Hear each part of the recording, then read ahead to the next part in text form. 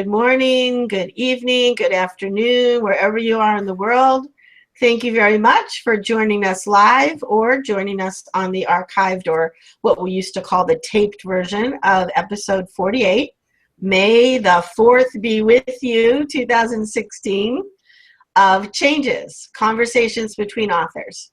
I am Sally Ember, EDD, known on Google Plus as Sally Sue Ember, and known on Facebook as Sally Sue Fleischman Ember. Oh, wait, I have to make sure I turn this off now. Okay, good. Everything's working. And I'm very happy to have as my guest today the amazing author, educator, mentor, youth leader, and many other talents, Michael J. Buller. Welcome, Michael. Welcome. Thank you, Sally, and may the 4th be with you too. I'm happy to be here. Thank you. What would you like people to know about you that may or may not already be on the bio that is on your website and that I posted on our Google Plus event page? Well, I think most of it is pretty up to date. I mean, I've been a youth mentor for most of my life. It's kind of funny. It's one of those natural talents, maybe the only natural talent that I had when I was a teenager. I'd have kids following me around all the time and wanting to talk to me and ask me questions and hang out, and I didn't understand why. I'm like, why would you want to hang out with me?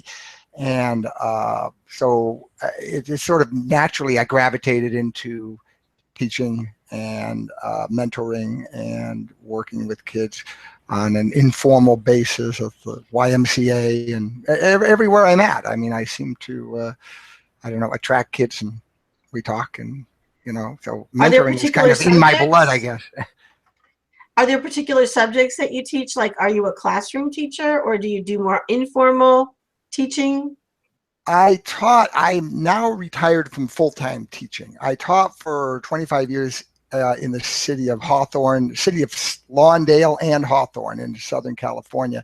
And I taught, my credentials in English, but I also have one in special education. So over the years, I taught most subjects. I taught algebra and biology, and I taught weight training, and I did yearbook, and I did various levels of English and history, and you kind of name it, and I did it. Wow, I have a similar background. I don't know if you looked into mine at all, but I've taught every grade from preschool to graduate school in adult ed, in English language learners. I've taught almost every subject from music to shop to English to math. Elementary school, you teach every subject anyway.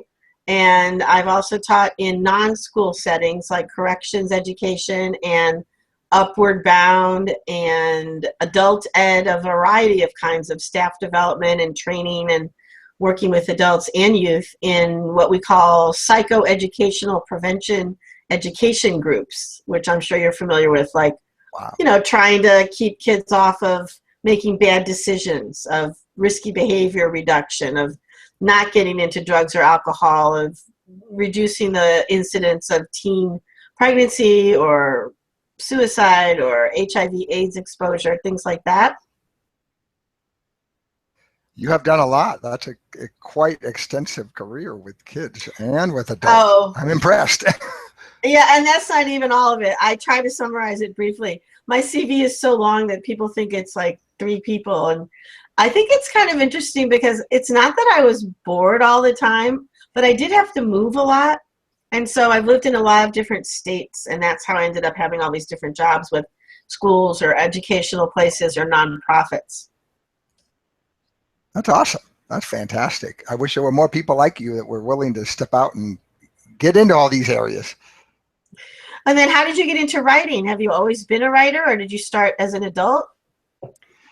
No, I always like telling stories and writing stories. And I think I have hearing loss, and I maybe from birth or maybe when I was, very young, like a toddler, but all through school anyway. And I was the only kid that had a hearing loss, and there were no hearing aids. I went to Catholic schools. There was no support, for kids with hearing loss. But because I wasn't good in social situations where there was a noise and a lot of people and all that, I think it just kind of drove me inward. It fueled my imagination. I got into reading early on and just loved reading, and I just loved storytelling. So I was always writing little short stories in school, always in elementary too. And it was always just something I wanted to do. And did you find that you did or didn't want to learn ASL? That was never on the table. Back when I was a child, it was never even mentioned.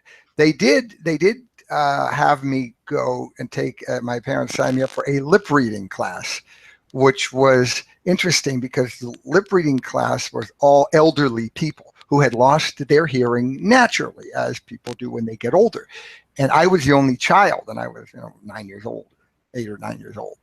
And I drove them crazy because I was this little boy running around. I knew everything they said. You had to practice across a table and say something without words, just mouthing the words. And I got it right every single time because I had been doing it my whole life. And the older people, they were frustrated because they were trying to learn how to do something that it wasn't natural to them.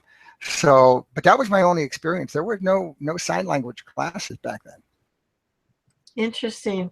Well, I spent a lot of time in my graduate work learning about various cultural groups in this and other countries, and the deaf community that does use ASL and considers itself a subculture are very much in favor of people who have any hearing impairment and people who hear perfectly for all of us to learn ASL, American Sign Language, if English is our first language, or to learn whatever the country is that we do speak the language of, that like Italian Sign Language or Spanish Sign Language, whatever it would be, in order to communicate with people who aren't able to speak and aren't able to hear.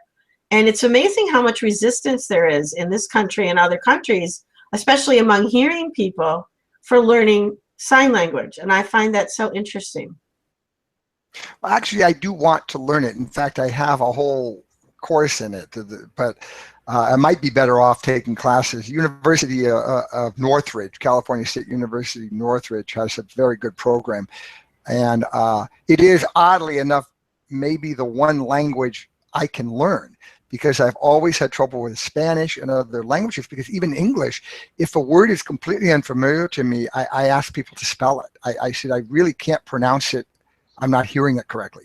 So Spanish was very difficult, even though it's not that hard of a language to learn.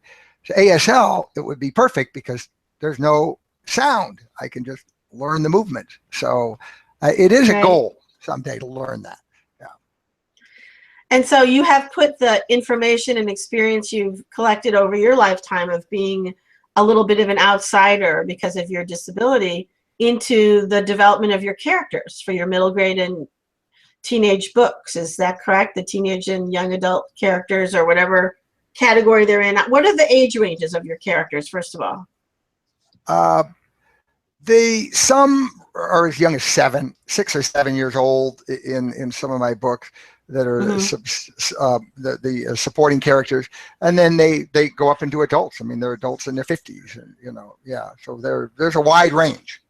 I have the same thing. I have kids as young as 2 or 3, and certainly 6 or 7 as supporting characters, even lead characters in certain chapters. But then a lot of my main characters are in their 30s, 40s, 50s, and 60s, into the 70s as my series continues. Do you? How many books have you written? 3 so far, and I planned on 10. I'm writing the 4th one now. Is this a series that you are writing, or are they separate?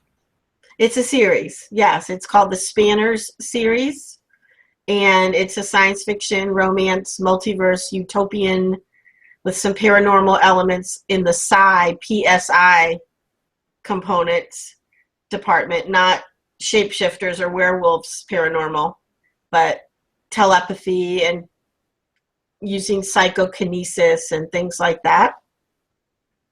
That sounds interesting. It sounds like you kind of mash up, like I do. You sort of mash up genres, and you mix and match. And I think that's interesting. I mean, I know publishers don't like that, from what I understand. Agents don't like that. They want neat little boxes to put things in. But I enjoy reading that. Well, and I think a lot of people do, and I think the whole idea that things have to be on separate shelves is really about bookstores and libraries and not about readers. I would agree with that, yeah. because it's true. Some people, they like sci-fi, they go to sci-fi. But I'm always somebody, it's like I'm always one of these people. I like a lot of things. People will say, you like Star Wars or Star Trek? I like both. Windows or Mac? Both are fine. I'm okay with that. I mean, I'm all over the place. So for me, I don't like those little compartment of categories. I'm very similar. We have a lot in common, Michael. I come out in those personality evaluations like the Myers-Briggs or the multiple component things like the enneagrams, even astrology. I'm always in the middle. My whole astrology chart, I'm on the cusp of everything, which is right on the edge of two different groups, right? And for the Myers-Briggs, I'm right in the middle of everything. And for all these other ones, I have components of both. I'm like the epitome of yin and yang. I'm bisexual. I consider myself gender multiple, like in terms of my characteristics. And I don't mind any of that. I don't think it's a big deal, but a lot of people have trouble with that. I don't understand it either. And I think a lot of people, it's because they get into they put themselves in a little bubble and they don't want to get out of it. And they don't, people have a problem with others that are different from them. I mean, I don't, I love different. I love to know about other people. That's why, and that's why I think I've done so many different things that I've done. I mean, most people I know would never go into a juvenile hall and get to know kids that have been arrested for crimes. I mean, and it's a ministry I've been doing for over 30 years, and I love it. And those kids are amazing. And when you hear their stories and where they've come from and their background, your bubble bursts very quickly. And I just wish more people would get out of their bubbles and explore the world and meet other people and accept that our differentness is what makes the world so interesting. Well, and so that's a lot, I think, of what you're doing with your book. So I'm going to try this. Hopefully it won't crash my computer. I'm going to try to put your website up here and share it with everybody. And hopefully that's going to work. And let's see if it does.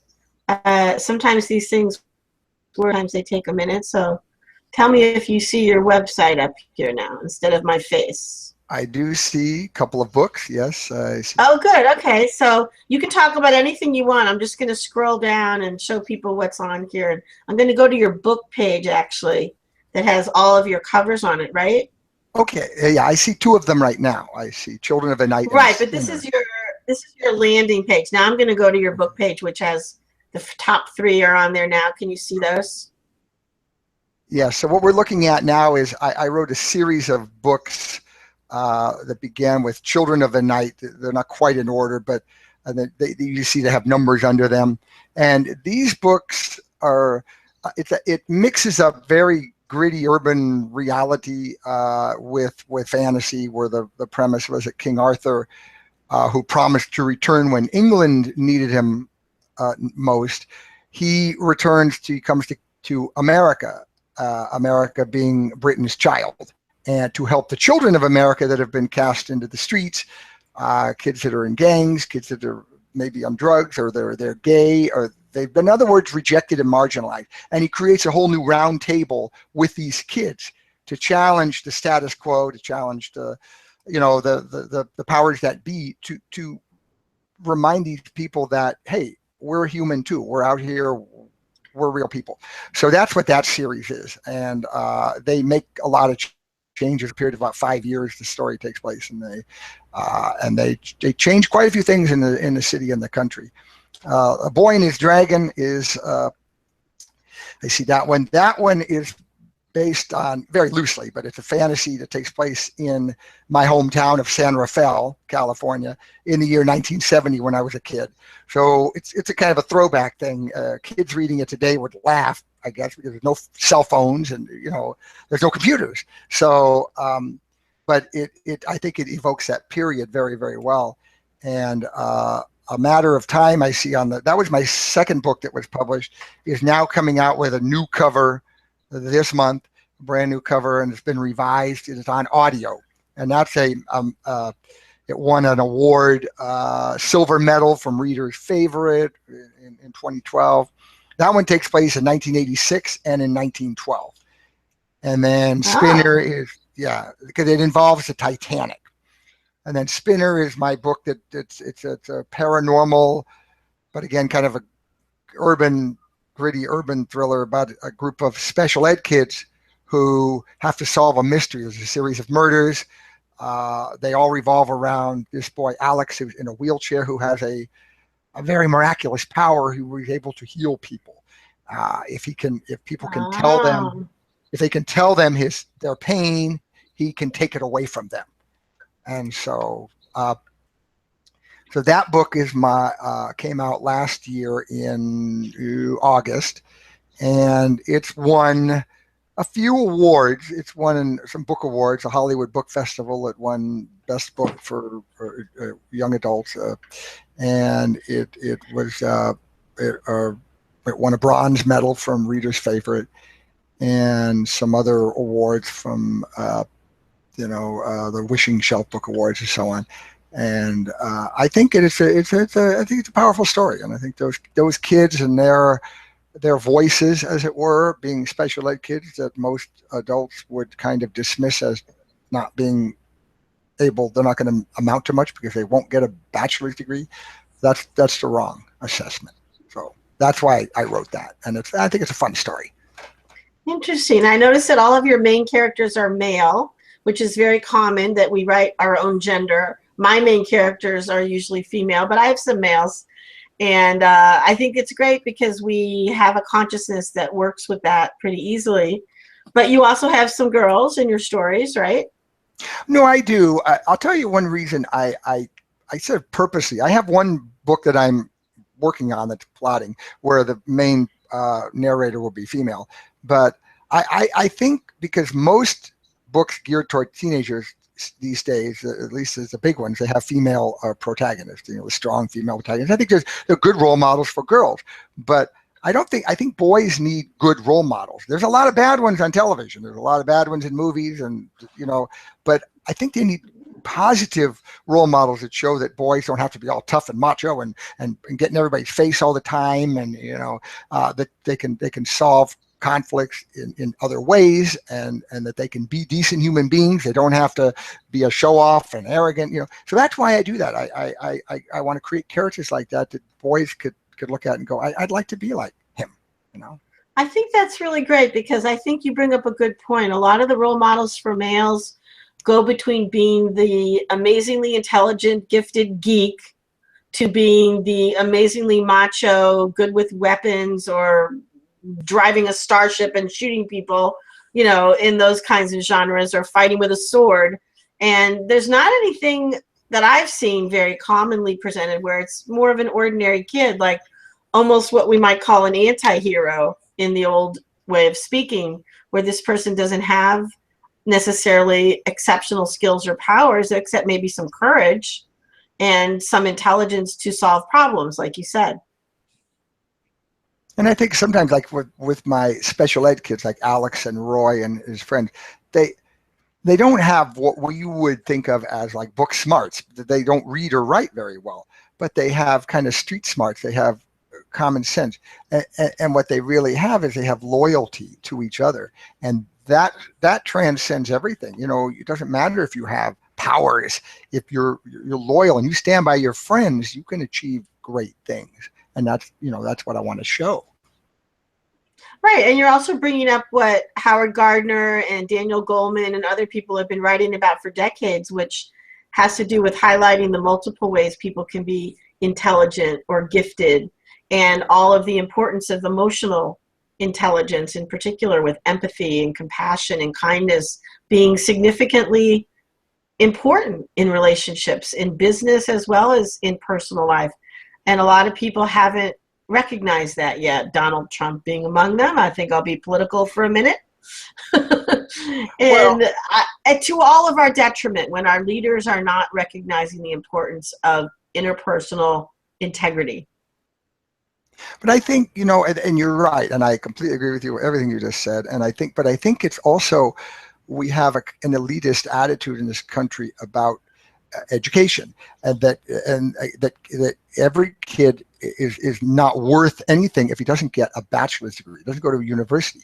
So sometimes parents are okay with kids cheating to get into university, and as opposed to the character issue. The kid's character is more important, because if you're going to accept that it's okay for them to cheat so they can get into a good university, what kind of an adult are they going to become? They're going to become, as you pointed out, somebody like Donald Trump. They're going to be somebody who is dishonorable, and that's far worse than whether or not they have that piece of paper that says they have a college degree. Honorable, decent Right. people with integrity, I'll take over that degree any day. Yeah, we'd have a very different world if we had more leaders in political office and more religious leaders who really honored that kind of integrity. Living a right life is what we call it in Buddhism, having yourself be right with whatever spiritual tradition or religion you follow, and really following it with authenticity, not just giving it the words, but really living it. We'd all be better off. Exactly. I agree with you. I noticed that you called your work with youth a ministry. Is that related to a religion that you practice? I was raised Catholic, and that doesn't necessarily mean I agree with all of the dogma of the Catholic Church, but it's kind of what you just said. I believe that if one is a Christian of any denomination and you are following Christ, then that means you act like Christ. So what did he do? He didn't go to other people to say, you take care of these poor people, you help those people. He did it himself. He said, this is what I want you to do.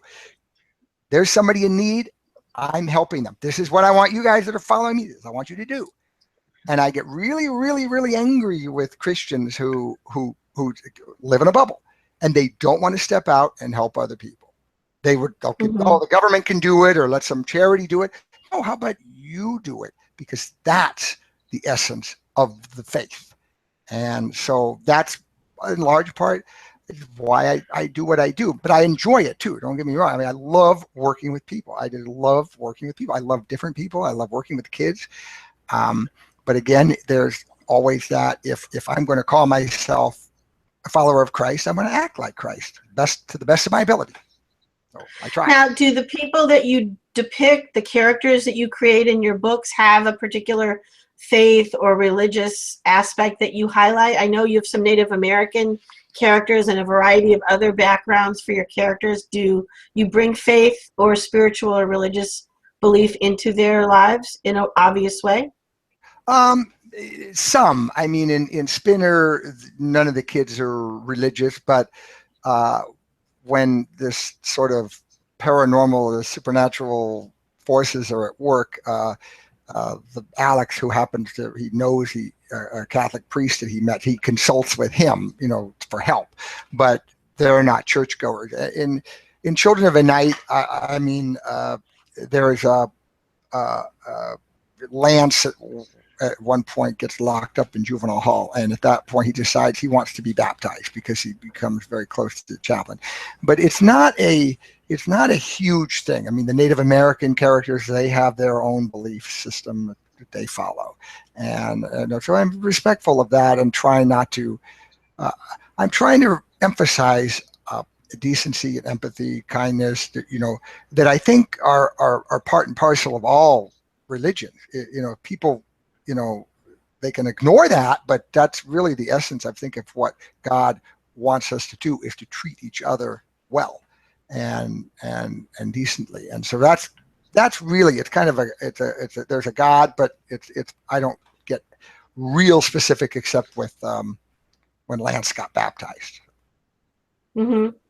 Well, that's interesting. I think it's important for young people's literature to include those journeys, those interesting points in somebody's background and how they deal with it when they do or don't agree with the adults in their lives, how they develop their own sense of their spirituality, their faith, maybe start a new tradition or join one that already exists. The characters in my books are a mixture of Buddhist, raised Jewish and not Jewish, very observant Orthodox Jewish, raised Catholic and maybe not Catholic, and a lot that don't seem to have any religious, but maybe are meditators and have a spiritual tradition going on. And I'm very much involved in describing how that affects their lives and what that means about how they think and what their values are and how they interact with each other and what that means about their daily lives in terms of the choices they make and how to spend their time or their money or what they believe in. And I think it's important for readers of any age to get a sense of other people's inner worlds and learn more about each other. We can't develop empathy if we don't have knowledge. I agree with that completely. If I may ask, how far in the future are your books set?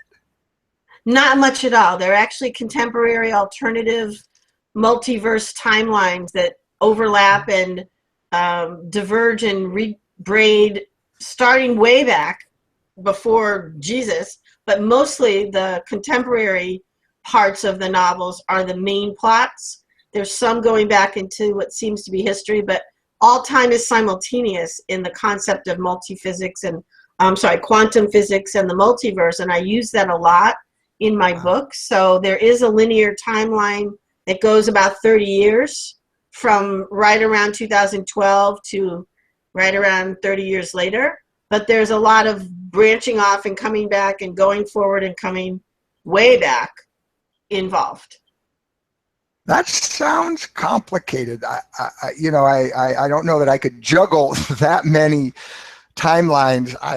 It's interesting because sometimes when I've been interviewed about my books, and they'll say, "Well, how is writing a single novel different from writing a series?" And you're writing a series, and I wrote that Children of a Night series, and I do tell people, I said, "Well, I knew how the series was going to end before I finished the first book, so that I knew where at least characters would end up, and then things change along the way, but that part." So how do you juggle all of those multiverses where you're trying to maintain a consistency through I guess 10 books? That sounds complicated.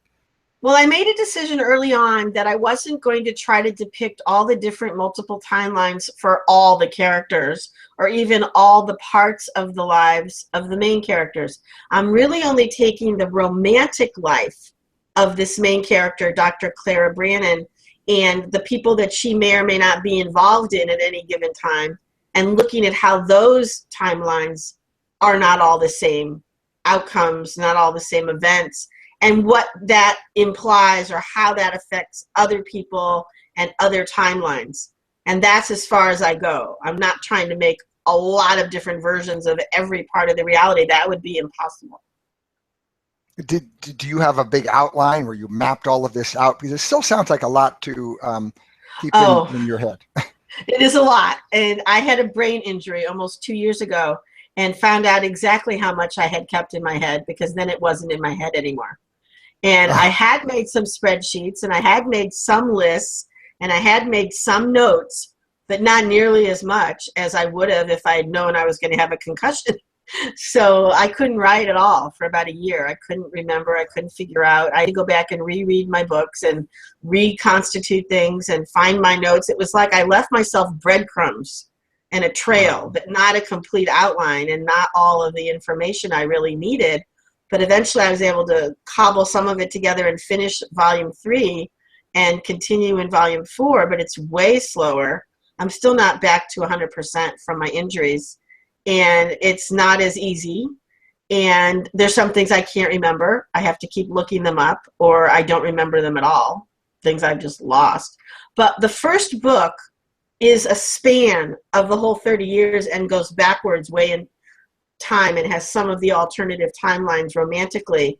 And then each of the other books actually takes up about a 5-year period, overlapping. Volumes 2 and 3 overlap.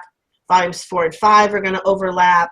Volumes 6 and 7 are going to overlap. Volumes 8 and 9 are going to overlap time-wise, going through these 30 years. And then volume 10 is really going to come in from my readers, I hope.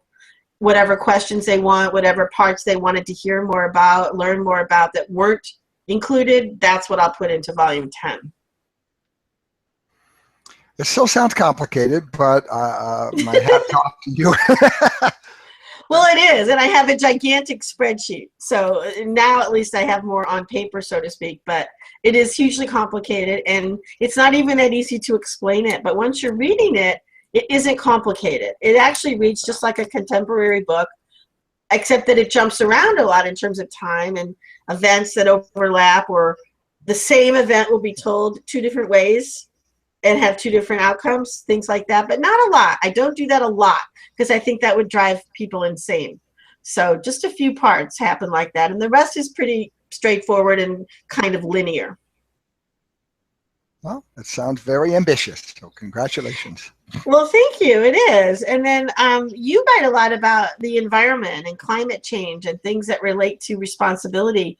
Are you trying to get more young people interested in recognizing how important that is through your books?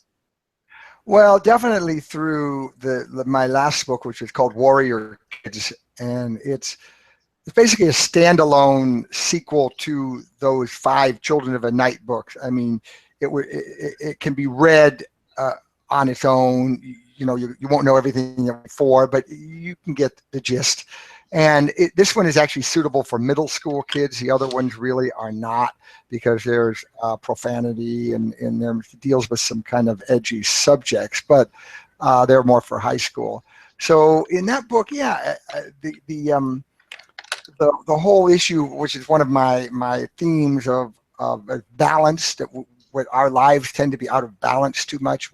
We need to always maintain a connection to nature. We're body, mind, and spirit, and we need to feed all of them. And if we don't, we're out of balance. And the other theme that is in that book is the whole notion of that I call it "we over me." It's a hashtag, because I think the main problem with not just environmental issues and pollution, the main problem is that people are self-absorbed too much. It's me over we all the time, and the media feeds that, and the advertising feeds that. The whole consumerism, you have to have it. You have to have this. You're better than everybody else, and you need it. And kids grow up thinking me, me, me. Selfie city. It's all about me. And the theme of the book is no. Especially when you're talking about pollution, you're talking about the environment, you're talking about the climate changing over the next 50 years. It's us. It's everybody, and we got to work together. And so I give a lot of ideas in that book, little things that kids can do in their school, in their home, in their community. That don't have to do something huge. A lot of small things we can do. So I am trying to encourage them and empower them to do what they can. That's awesome. I'm really glad to hear that. I like to know that authors are including that in their books. I have a very strong component in my books about interspecies respect. And I even have a whole segment of characters who are not human. And some of them are from other planets. Some of them are right here on this planet.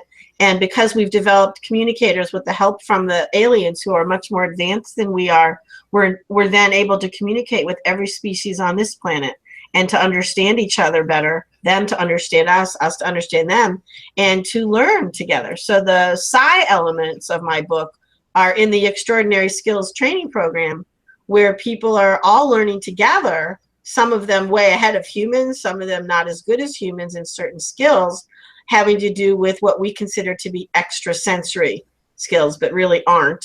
They're really just things that not everybody is that great at, but could be trained. And that some people have more ability than others, just like singing or sports. And so we want to get those people trained, and some of the animals are really good at some of those things. And so we develop a community on the planet that is not so human-centered. And I think it's exactly the way you're saying, that if we're still going to be me, me, me, me, me as a species, we're doomed. We really have to see this as Spaceship Earth, that we're all in this together, or it's not going to work. And we've killed off too many other species already, and we've just got to cut that out. Well, even in the very cover of Warrior Kids, it says all life is sacred, and that's one of the big themes. If we remember that living things are spirit first and matter second, then maybe we won't be so quick to demean them or destroy them or try to profit off of them or use them for personal gain. That's a big message, and I think kids can understand that. I think too many adults, they're just set in their ways. They won't change. But that's why I write books for kids, because there's that whole saying, you can't predict the future, but you can help create the future. And the best way to help create the future is to build kids who will make it happen. Good, decent people who will take care of the environment, will take care of each other, who won't be prejudiced against each other. I mean, all my books, I have kids of different races and the nationalities. The gay kids work with non-gay kids. I mean, they work together. I mean, that's what King Arthur does in those Children of Night. Bring them all together and say, look, you're going to work together. Like we're a team. And they do. And they realize that whatever differences they have are not as important as the similarities. They're all human. We're all human. And that's a big important message, I think, is lost in so much media today that kids, feed on. Right. And then I expand that out to say we're all alive. We're all sentient beings, which Buddhism has been promoting and, wanting to pray about and help for centuries. And I look at it in terms of recognition that we're not the best. We're not the only thinking species right on this planet. And we're certainly not the only one in the universe. So we really need to expand our understanding of what does it mean to collaborate? What does it mean to cooperate? With whom? With what? A lot of people are now starting to understand that horses and elephants and whales and dolphins and wolves and dogs and cows and all kinds of other animals, even very, very tiny ones, and octopuses. Did you hear about that octopus that just escaped? That was the best story. The best story ever. This octopus in some kind of a enclosure in Washington, D.C., was in like an aquarium kind of thing, climbed out, found a sewer pipe of some kind, and escaped into the river and then out to the ocean somehow. Like, they never found it. But they know that's what happened. They have cameras that showed what happened. I like that. Isn't that great? That's like awesome. Total octopus jailbreak. But all these creatures have feelings, thoughts, plans, communities. They have a lot. They grieve. They are not that different from us. They just communicate and live differently. So we need to expand our inclusion to go beyond human. That's my premise. I agree. That's why, it's that human arrogance. We just have to set that aside and I am not better than everybody else. I mean, that's the message that none of us are. So we just have to accept that all living things are of value and are sacred and important. It's an uphill battle, but I think we can do it. Yeah. You have a lot of different involved. Yeah, and you have a lot of different themes that permeate your books that I appreciate that. It's almost like even though they're not all part of a series, they're all part of your values, and you're putting those forward in your books. Yes, I try. Because again, I think that there aren't that. I'll give you a quick example. And then one boy read, it was like a 13-year-old read Warrior Kids, and he reviewed it. And he said he was kind of blown away by the message. He just said, I never see this in books, this whole we over me, that we need to be, put ourselves, as individuals, stop obsessing over ourselves. And that's all I ever see. I mean, it was kind of a stunning comment, but I realized, okay, I did put something in there that is unusual, I guess, in fiction for kids. Good. And how did your covers come about? Oh, well, I designed the first two, Boy and His Dragon and Matter of Time, through Photoshop. I'm not the greatest at that. I'm decent with Photoshop. But then when Children of the Night was published by a small indie publisher, they assigned me an amazing artist named Ree Stante, and she did that cover that was great. And so for the other 5 books in that series that I self-published, I hired her to do the covers because she did such a great job. I mean, and then Spinner, that was a different publisher, so they had their own cover artist, and I think he did a good job on that too. I don't have any complaints on the covers, but. Nice, very nice. I have a cover artist that I've been working with for all my series and for the logo, and I gave her the designs, and we worked out what actually could work because I'm not an artist. And then she made it work for my covers and the logo. And her name is Idina Willow Raven. She uses the name Willow Raven as her artistic name. And she does a whole variety of covers, really varied in her style, in her method, in what she depicts. She's very talented and very formally trained. You can tell she really knows what she's doing. So I look at her website, and not any two covers really look that much alike. You wouldn't even know that they were done by the same person. She has that much difference in her ability to show what people want for their covers. And I think that's a real talent too. Yeah, I just worked with a new artist, Howard David Johnson, who redid the cover for A Matter of Time, and he doesn't do photo covers. He creates artwork, and it was interesting. I mean, he wanted certain scenes described and characters described, and he came up with an amazing cover. It looks like an old-fashioned movie poster, which I love. That's what we talked about it. It's not up on the website. It's up on my old website, but the book hasn't been re-released with that cover yet. So I don't think you have access to an image, but it's a beautiful image. It's amazing. Yeah. Well, you bring up an important point, Michael, which is very commonly happening with a lot of authors in the last 5 years, which is that they might start out more traditionally published, then they branch out into some small publisher or independent publisher or self-publishing, and then we're considered hybrid authors if we do that. And then some people just start out as independent self-publishers and start their own publishing company sometimes, and all kinds of mixtures of those things. And then the cover art kind of goes with that. There's so many different ways to achieve the kind of cover you want now, and you can hire people or do it yourself or have a combination of shopped images and photo images and drawn images, and it's fascinating. And I'm going to be part of a book fair this Saturday in St. Louis, Missouri, May 7th from 10 to 5, the St. Louis Indie Book Fair at the Public Library downtown on Olive Street. Over 80 different authors are going to be there. And I was born and raised in St. Louis, but then I left and didn't live here for over 40 years. And then I came back almost 2 years ago.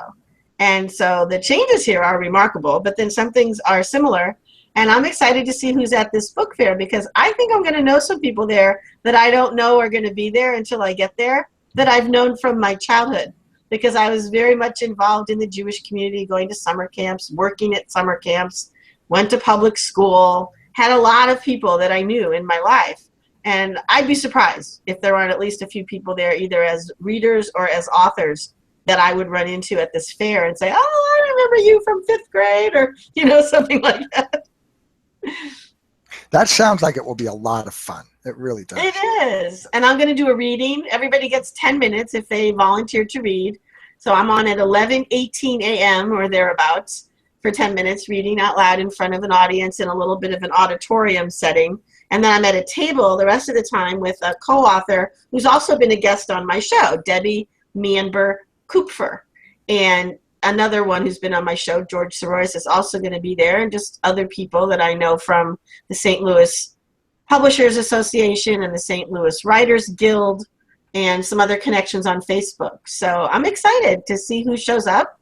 And are there any appearances that you're going to be having in the near future, Michael?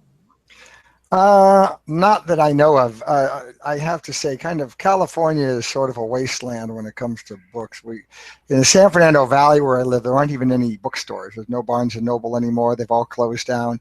I've contacted almost all the public libraries out here. Do you do any, youth groups or groups are going to come and chat with your kids about my book? No, we don't do any of that. I did have an appearance at the Inglewood Public Library a couple of weeks back for National Library Week, and that Inglewood is a setting of Spinner, and it's right next to Hawthorne. And then about an hour and a half into it, the transformer blew out of the library, killed all the power. Fire department came and said, you have to evacuate. Everybody had to leave. So that didn't go so well. So other than that, I have nothing scheduled. No. That is disappointing. Well, how did you decide to enter your books in these different contests and awards? Was that your idea or your publishers? Like, how did that come about? No, the publishers, the indie publishers, they don't do stuff like that. And so I just decided it might be worth a shot just to get some attention to the book. You do blog tours and people review it, but I haven't actually noticed that these awards have helped much. But I think the best one for teenage books is the Wishing Shelf Book Awards. It's in the UK, because actually whoever your book is targeted at, that's the age group who will read it. So high school kids read my book, so they They gave Children of a Night an award, and Running Through a Dark Place an award, and Spinner was a finalist. So that I think is valid. I'm not sure the rest of them are that valid because they maybe not your target audience. But Do you have so to pay to enter these contests? Do they have submission fees or high cost to enter? most of the ones I entered don't have a high cost. That Wishing Shelf one is not very costly, but I think it might be $40 American dollars or something. It's not very much, but they give you a lot of feedback too. So even if you don't win, the kids give you feedback on the book, and that to me that's instructive because with books for teenagers, unless you have a publisher who will get it to school library journal, for example, for reviews, it's almost impossible to get it in front of kids. It's very difficult. So Yeah. that was one outlet that I chose.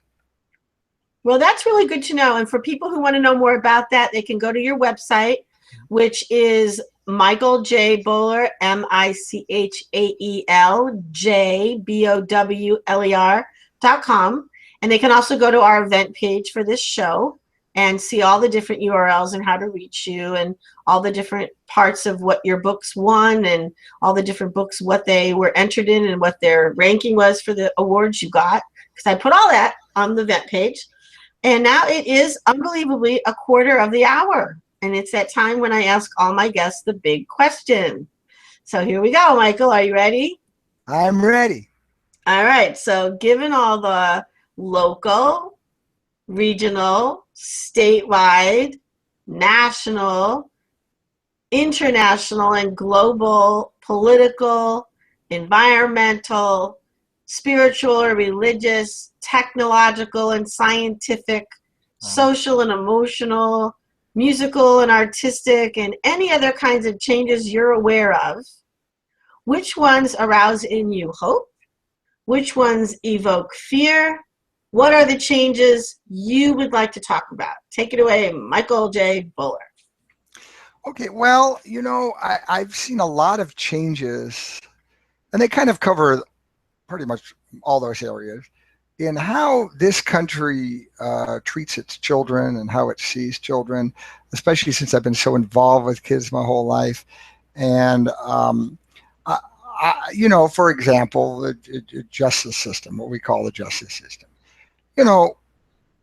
When two kids, when I was a kid, got into a fight, the police were never called.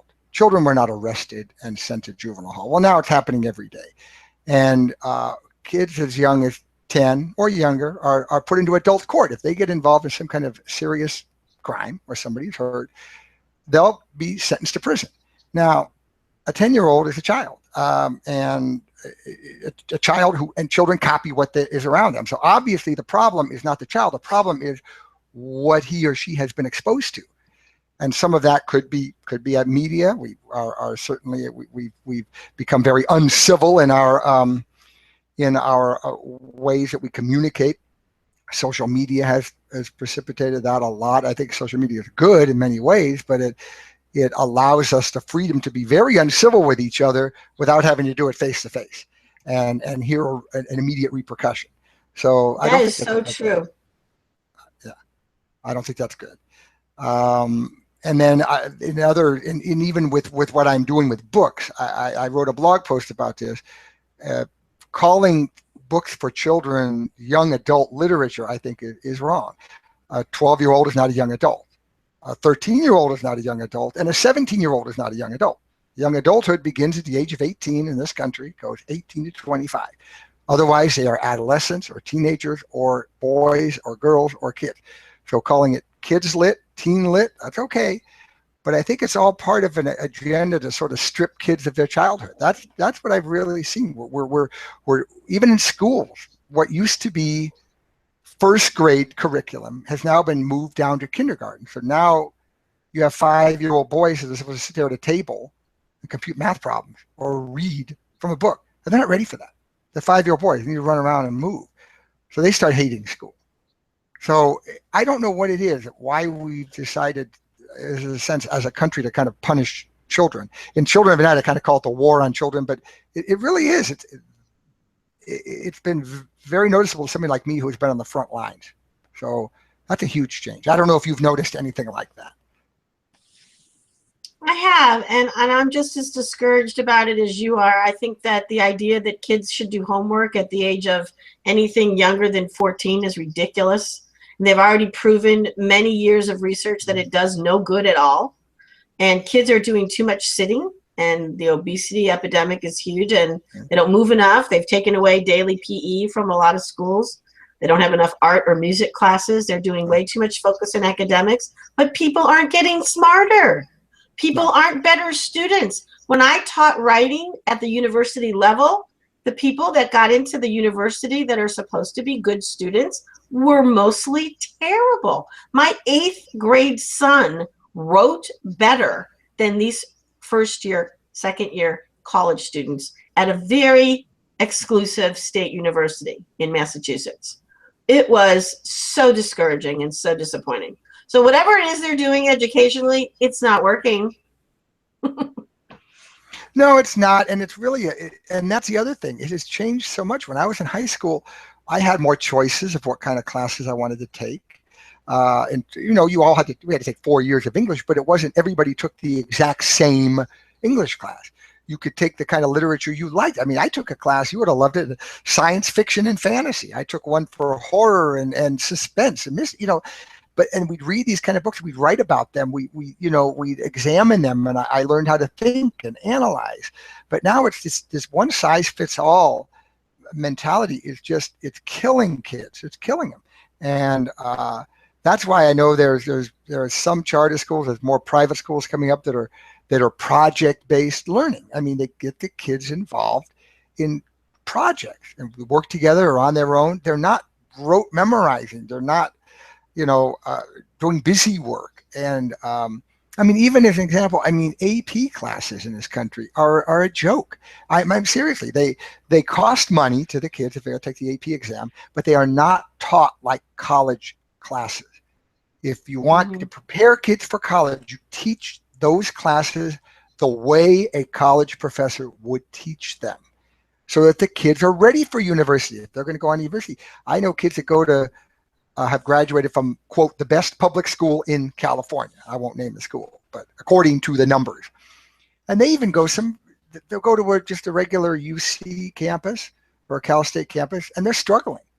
They don't know how to budget their time. They don't know how to and they've taken AP classes, but they don't know how to handle college because it was never replicated at the high school level. And by the same token, we have no, as you mentioned, no trade classes anymore. We don't allow kids to choose things like music and art, or they want to be an auto mechanic, and let's start steering them into that in high school. We don't do that. We've become too elitist. We want to feed everybody into the universities, in my view, to make more money for the universities. It's just make more money for the government if the government runs schools. I mean, I think that's the agenda, but I don't know. Yeah, it actually makes more money for the people that are lending them the money for college too. Yeah. It's terrible. Well, another thing you brought up that I think is really valuable to think about, and maybe we can write more about that and start a movement, is the concept of making it available to kids in school to have a variety of experiences, and not just academic and not just the same classes as you're saying, and also to give them a chance to learn life skills. They come out of high school, they don't know how to balance a checkbook. Like you said, they don't know how to budget their time. They don't know how to talk to people that they've employed, or how to look at a contract and see if it's reasonable. They don't understand the legal system. They don't understand the healthcare system. They don't know what their rights are as a citizen of this country. They don't take civics classes anymore. They don't know how politics and elections and government work. So it's pitiful how little people know. They come out as adults, and I put that in quotes, but they're Yes. not ready to be adults. No, they're at 18, they're still teenagers. And I even put this in my book. People don't always know when the age of adulthood was essentially lowered to 18 from 21, which is more reasonable given that the brain is not even really at its fullest development until mid-20s. So it's closer. But that was during World War II, when Woodrow Wilson needed men to go overseas. And at that time, the draft age was 21 to 32. And a huge flu bug was sweeping the country in that age range. So he was desperate, so he lowered the draft age to 18. And at that point, that started that whole movement. Oh, well, now 18-year-olds can, quote, be adults, but they're still teenagers, and they're not ready. You're right. High school should be preparing kids for life. Maybe that if their path is university, then they're taking courses that are going to get them for university. If their path is they want to go into the workforce, they should be ready for that as soon as they step out the door after high school. Or if they're going to go to trade school, they should be ready for that. And let them choose their path and make it work for them. It's not really that hard to do. It can be done, but it's just, the system doesn't want to change. Well, I agree with you. Obviously, you and I are on the same page. We're harmonious. We should run the world. But instead, we are running out of time. So we only have 5 more minutes. Wasn't that a good segue? And we are going to say our goodbyes and say our thank yous and remind people how to reach each other. I'm going to put out my plug right now for wanting authors to come on my show and converse with me as a guest. One at a time is the way I like to do it. And as you can tell, this is a free-flowing conversation, not an author interview. And we decide on the topics together and do whatever we can fit into the hour. Any kind of authors are welcome. The conversation has to be PG, but your writing does not. And I am open for guests later this month and all the way through the summer. It's always on Wednesdays. It's always at 10 o'clock Eastern time unless I change it for an hour on Google Plus and YouTube. And then it gets archived onto both. And it's free to the authors, free to the readers and viewers. I would love to have more authors sign up. Please contact me, Sally Ember, SallyEmber at yahoo.com, or go to sallyember.com to my website and read all about what you're supposed to do on my Changes page. And thank you, Michael, for being on Changes, Conversations Between Authors today. It's been a pleasure to have you. And remind people of how to reach you again, please. Well, I'm on, my website is currently sort of undergoing transition, but it is Michael J. Bowler, BOWLER.com. I'm also on Facebook. It's under Michael J. Bowler Author.